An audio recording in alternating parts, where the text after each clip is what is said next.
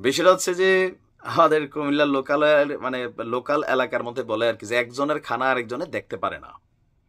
এই মুহূর্তে সরকারের মধ্যে এনসিপি নামক রাজনৈতিক দলটা এবং সরকারে থাকা তাদের ঘনিষ্ঠ উপদেষ্টারা যারা এনসিপির লোক, যদিও সরকারের পক্ষ থেকে বলা হয় তারা কোনো রাজনৈতিক দলের সাথে কানেক্টেড না, বাট তাদের উপরে কোনো রকম আঁচ আসলে সাথে সাথে পুরো এনসিপি একটা টিমে পরিণত হয়।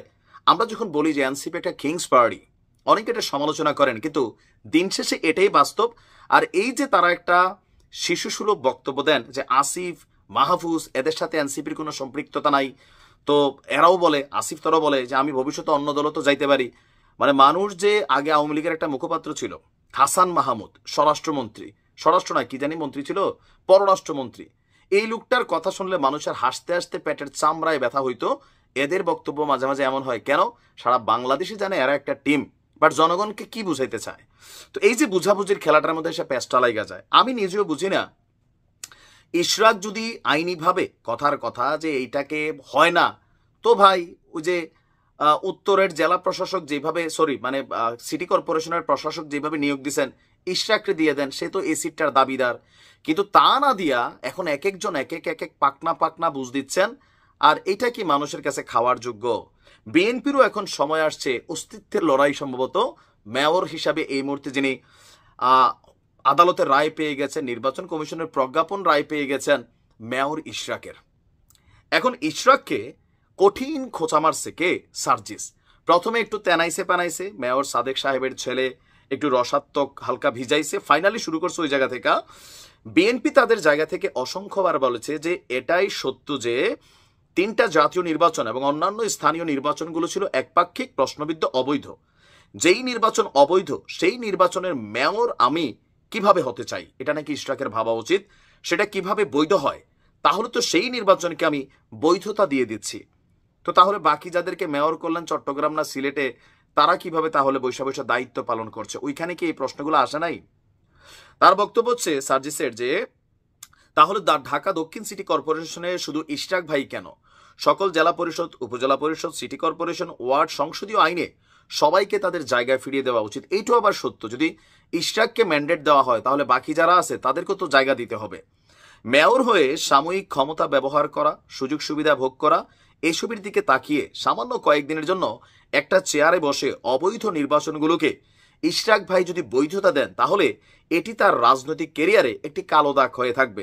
বিএনপির নেতাকর্মীরা মনে করছে তোমার থেকে শিখার দরকার নাই কোনটা কালো দাগ হবে কোনটা সাদা দাগ হবে, কারণ তুমিও তো ভাই সাবেক ছাত্রলীগ, এখন তোমার রাজনীতিতে একটা কালো দাগ আছে, তুমি এখন সাদা দাগে আসছো। এবং বিএনপির নেতাকর্মীরা দেখছেন আসিফের ছবির মধ্যে কিভাবে দামি দামি স্যান্ডেল দিয়া তারা এই যে একটা ঘটনা করছে, যেটা নিয়ে সারা বাংলাদেশের অনেকে নিন্দাও করছেন, অনেকে মনে করতেছেন না যে এগুলো তাদের প্রাপ্য। কত দ্রুত এই ঘটনাগুলো ঘটছে। জাতীয় নাগরিক পার্টির এই সার্জিস বলছেন, আমি বিশ্বাস করি তার গ্রহণযোগ্যতা, জনপ্রিয়তা, এই মাইলস্টোনগুলো ধীরে ধীরে অর্জন করে নিতে পারবেন, কিন্তু সাময়িক প্রাপ্তির আশায় অবৈধ নির্বাচনের সো কল্ড বৈধ মেয়র হিসাবে তিনি তার রাজনৈতিক কেরিয়ারে এত বড় একটা দাগ লাগাবেন কিনা সেই সিদ্ধান্ত তাকেই নেওয়া উচিত। নিয়ে নিছে। আর রাজনৈতিক জ্ঞান তুমি অন্তত ইশরাককে দেওয়ার দরকার নাই। আমি মনে করি ইশরাক যথেষ্ট বুঝে, একজন মেয়রের ছেলে, সেই রাজনীতি কইরাই আজকের এই জায়গা পর্যন্ত আসছে। এখন তোমরা সবাই কেন ইশরাক মেয়র হতে পারবে না এটা নিয়ে উপদেষ্টা আসিফ নজরুল, তোমাদের ছাত্র উপদেষ্টা আসিফ মাহমুদ, তোমরা হাসনাতরা সবাই একটা টিম হিসাবে এখানে ইশরাক কেন, এটা কিন্তু বিএনপিকে চ্যালেঞ্জ ছুড়ে দেওয়া হচ্ছে, বা বিএনপিকে কিন্তু আসলে এখানে খোঁচানো হচ্ছে। আমি এটার কারণ বুঝি না, সেই তো দিবেন, তো দেনই যদি, তাহলে এত কাহিনী, এত নাটক, এত মানুষের রাজপথে নামানো, এই যে আপনাদের নিজেরা নিজেদের গলার মধ্যে এই রূপসা জুতার মালা পরানো, এগুলো কেন করতেছেন ভাই? মানে অস্থিতিশীল একটা অবস্থা দেশের তৈরি করা ছাড়া কোনো কাজ নাই। যেটা সরকার করতে চায় এটা তো রাইতে রাইতে হয়, আওয়ামী লীগ নিষিদ্ধ হয়েছে। আর বাকি যেগুলা দুনিয়াটা হাসাইয়া, দেশ হাসাইয়া, মানুষকে বিরক্ত কইরা, ঢাকা শহরে বসবাসকারী মানুষের জীবনকে অতিষ্ঠ কইরা, একটা দুর্ঘটনা ঘটাইয়া তারপরে কি আপনারা করবেন? এই যে আসিফের গলায় জুতার মালা গেল ছবির মধ্যে, এটা কেন হইল? এটা কেন হইল? এটা তো হওয়ার কথা ছিল না। আসিফে যে এখন সাহস করে যাইতে পারে না অফিস করতে, কেন? সার্জিসের বক্তব্য উপদেষ্টা আসিফ মাহমুদের কথা চিন্তা করে না হোক, অভ্যুত্থানের সামনের সারির আপসহীন একজন নেতৃত্ব হিসাবে যোদ্ধার কথা চিন্তা করে হলো স্থানীয় কিছু কর্মীদের মাধ্যমে আসিফ মাহমুদকে ব্যক্তিগতভাবে এভাবে আক্রমণ করতে পারেন না, অপমানিত করতে পারেন না, গালাগাল করতে পারেন না, বাবা মা তুলে কথা বলাতে পারেন না। এটা কখনোই রাজনৈতিক শিষ্টাচারপন্থী না। পরোক্ষভাবে এই দায় তার উপরেও বর্তায়, মানে ইশরাকের উপরেও বর্তায়। কারণ তার কি বলা হয়েছে, তার কর্মীরা আসিফ মাহমুদের যে অপমান করছে তার মা বাবা 14 গোষ্ঠী নিয়া। তো এখানে সার্জিস যেই পরামর্শ দিচ্ছে, এই পরামর্শটা টোটালি বোঝাই যাচ্ছে যে ইশরাক যেন মেয়র পদে না বসে। টোটাল আয়োজনটা এটাই। হাসনাত হুঙ্কার দিচ্ছেন, সার্জিস হুঙ্কার দিচ্ছেন, উপদেষ্টা আসিফ হুঙ্কার দিচ্ছেন। তো এই হুঙ্কার ফুঙ্কারের খেলায় এই দেশে এখন পর্যন্ত এই এনসিপি বা জাতীয় নাগরিক পার্টি বা উপদেষ্টাদের একটাই অর্জন, আওয়ামী লীগ বিরোধী যে কোনো অর্জন।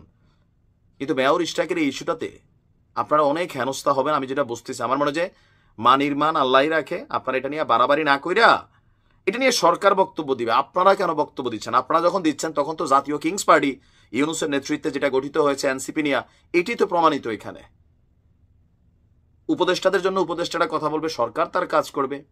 আপনারা বিএনপির একজন নেতাকে এইভাবে কথা বলে এইটুকু আপনার সাজে, এটাকে এনসিপির সাথে কানেক্টেড? তাহলে আপনারা স্বীকার করে নেন সরকার আর আপনারা একটা দলই। দেখেন, মান সম্মান আল্লাহর তরফ থেকে আসে, আবার আল্লাহ এটা উঠাই নেয়। এখন মনে উঠাই নেওয়ার সিচুয়েশন তৈরি হয়ে গেছে। ভালো থাকেন। আসসালামু আলাইকুম।